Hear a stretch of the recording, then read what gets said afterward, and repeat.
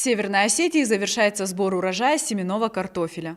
Республика – один из ведущих регионов, который обеспечивает страну качественным семенным материалом. Уникальные условия высокогорья позволяют выращивать картофель, защищенный от вирусов.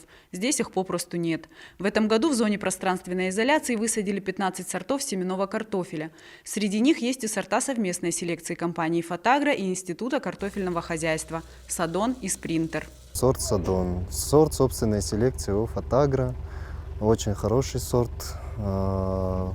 дает много клубней, урожайность большая, средне-ранний срок созревания. Поля расположены в чистой фитосанитарной зоне на высоте более 2000 метров над уровнем моря, вблизи сел Сгит и Калух. С полей в Дегорском ущелье собрали в этом году первый урожай. Из мини-клубней первого полевого поколения мы получили порядка 170 тонн. Супер-суперлиту еще полностью не убрали, но уже по предварительным данным мы выходим на плановые показатели по урожайности. Весной следующего года мы планируем передать нашим партнерам порядка 450 тонн супер-супер-элиты. Основные регионы поставки – это северная часть нашей страны, Костромская, Вологодская, Ярославская области, также Нижегородская.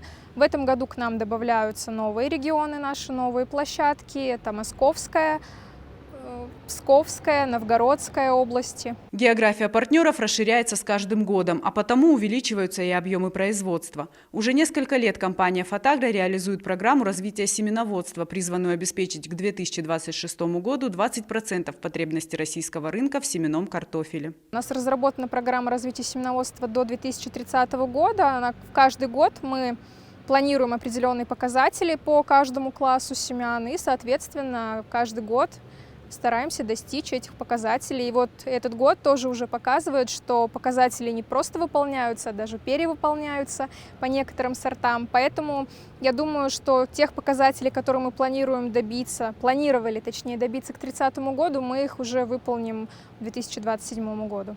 Чтобы картофель соответствовал требованиям госстандарта, важно не только вырастить качественный материал, но и обеспечить правильные условия хранения.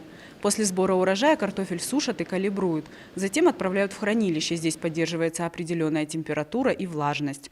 Далее семенной материал из Осетии направят в разные регионы России, обеспечив сельхозпроизводителей качественным сырьем. Елена Смирнова, Давид Костанов, 15-й регион.